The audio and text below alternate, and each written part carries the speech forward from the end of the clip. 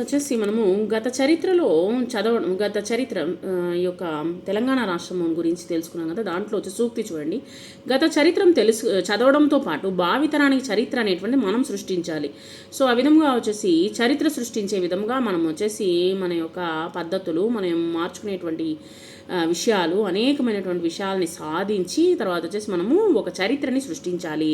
ఈ యొక్క పద్యములో తోట తల్లి అనేటువంటి పద్యము చూద్దాము.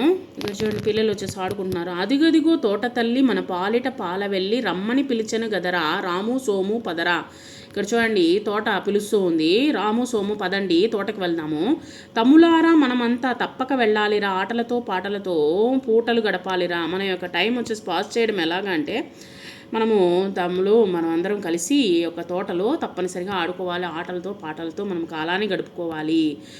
ముందుగా దాగుడు మూతల ఆడాలిరా, పిమ్మట పాటలతో తల దిమ్మను వీడాలిరా. సో మనం వచ్చేసి అందరము కలిసిమెలిసి మనము ఆట పాటలు ఆడుకుందాము. తర్వాత వచ్చేసి దాగుడు మూతలు ఆడుకుందాము. ఆట పాటలు అయినాక అలసిపోవును నందాక చిన్న చిగురు పాపలతో వన్నె పూల బాలలతో మనసు దీర మమతులారా మాటలాడుదుమరా.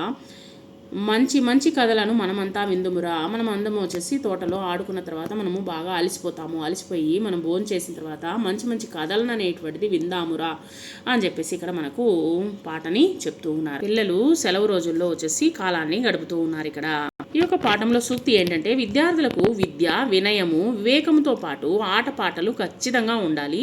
శారీరక దారుఢ్యము, మానసిక ఉల్లాసం కూడా అందించినప్పుడే సంపూర్ణ మూర్తివంతులుగా సమాజానికి ఉపయోగపడేటువంటి వ్యక్తులుగా తయారవుతారు పిల్లలు వచ్చేసి. కాబట్టి మనం వచ్చేసి ఆటపాటలతో మనం వచ్చేసి పిల్లల్ని మంచి కథలతో మంచి విద్య, వినయం అనేటువంటిది ఈ కాలంలో చాలా తక్కువైపోయింది. ఆ యొక్క వినయముతో పిల్లలకు వచ్చేసి చదువుని నేర్పించి మనము పిల్లల్ని భావితరానికి మనము మంచి వ్యక్తులుగా, సమాజానికి ఉపయోగపడే వ్యక్తులుగా మనం తయారు చేద్దాము.